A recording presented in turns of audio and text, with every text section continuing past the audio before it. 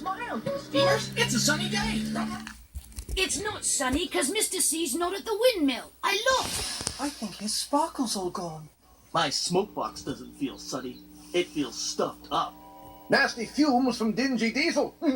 And Diesel is after the lost engine. And if he finds her, I fear that will destroy us all. What, even an engine as big as me?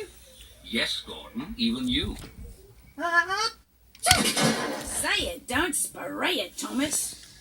I've still got sneezing powder up my funnel. Now I'm going to look for Mr. Conductor. Let us get back to work. That's what he would want. How about a race, Thomas? Sorry, Bertie, I can't today. I have to be a really useful engine and solve some mysteries instead. I guess that means I win.